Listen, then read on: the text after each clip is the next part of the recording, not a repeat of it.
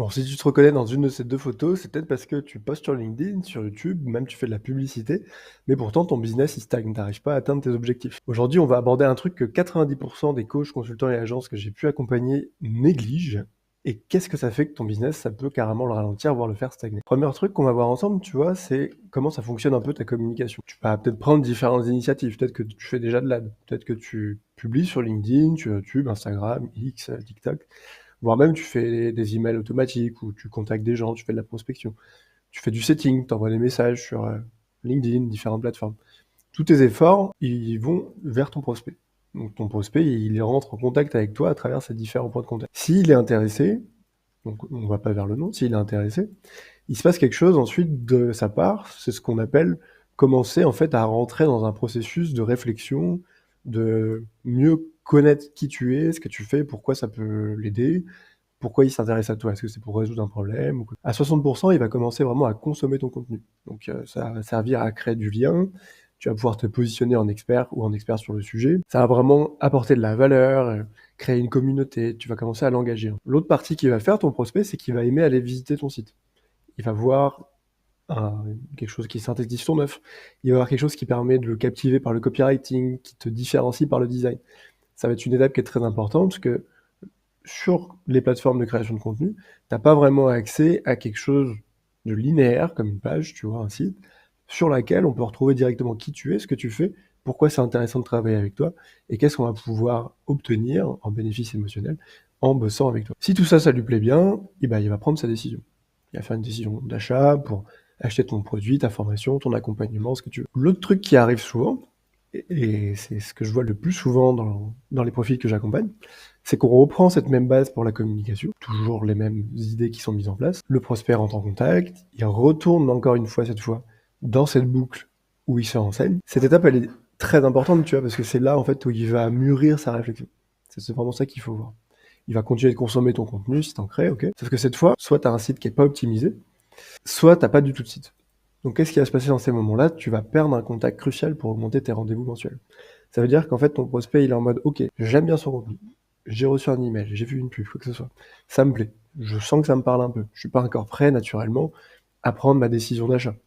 C'est normal, hein. On prend maintenant beaucoup de temps à se renseigner, à comparer, à se faire sa propre idée, voilà, on a besoin de beaucoup d'informations. Si t'as pas ce point de contact-là, qui est ta landing page, qui est ton site internet, ou s'il n'est pas optimisé, tu vas perdre ce point de contact. Ça veut dire que ton prospect, il va sûrement s'intéresser à tes concurrents.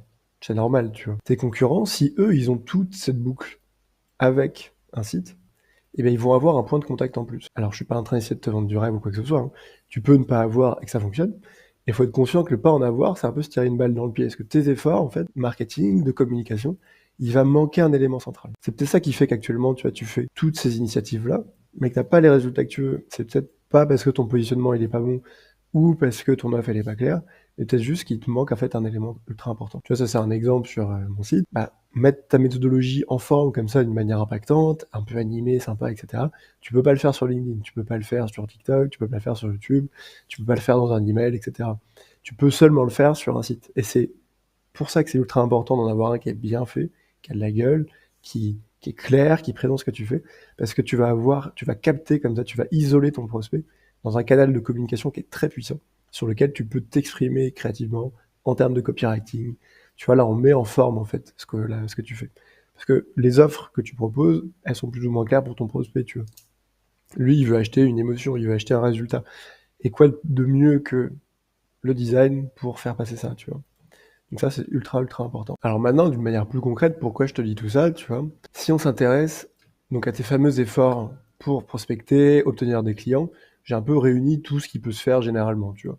Réseaux sociaux, email, messages, page Google, ta page de réservation, tes pubs, ton bouche à oreille, ton SEO. Tout là, c'est les points de contact en fait sur lesquels ton prospect il va te rencontrer.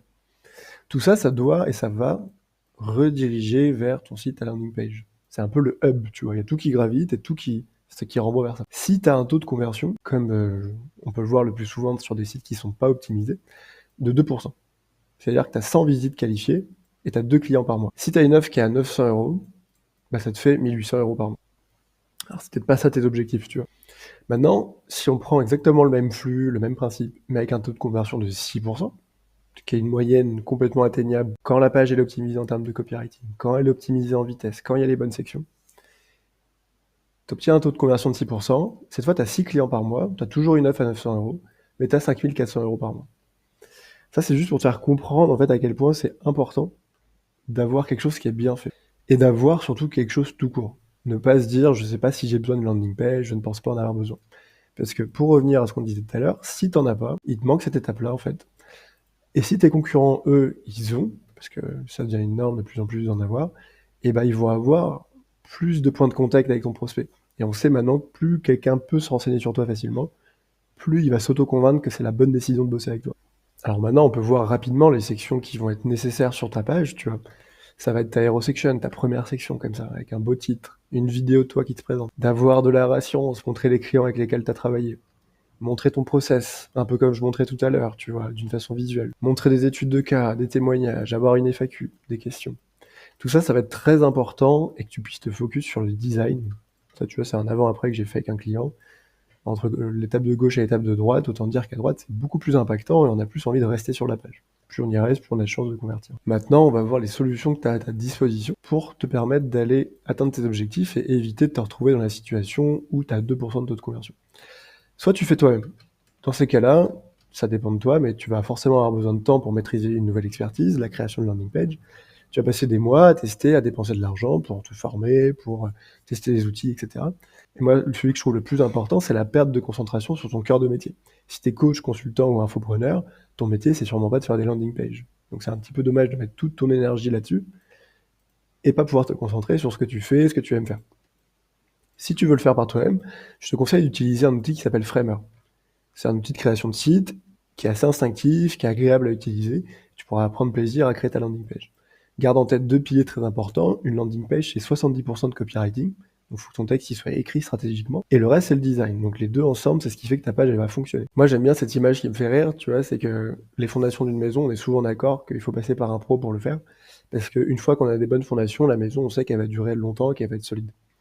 Moi, la landing page, je vois ça exactement de la même façon. C'est les fondations de ton business. Donc, il faut le faire faire par un expert ou il faut passer par ces étapes pour te former et bien savoir le faire.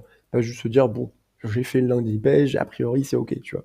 De la même manière qu'on n'irait pas dire, bon, j'ai fait des fondations de maison, je pense que ça va tenir. Parce que, bon, c'est un peu gênant si ça t'aide, quoi. C'est ce qui va te permettre, cette fondation-là, d'aller chercher les 5, les 10 cas par mois beaucoup plus facilement. Parce que tu auras les bons éléments, tu vois. Les éléments qui convertissent, qui t'amènent des résultats. C'est pour ça qu'on est là. Donc ça, c'est la première étape, tu fais par toi-même. La deuxième étape, c'est de te faire aider. Là, tu as bénéficié d'une expertise de plusieurs années, donc ça vaut tout l'or du monde. Tu vas avoir un retour sur investissement, tu vas payer X euros ta landing page, mais derrière, tu sais qu'elle va t'amener X clients, donc c'est vite rentabilisé.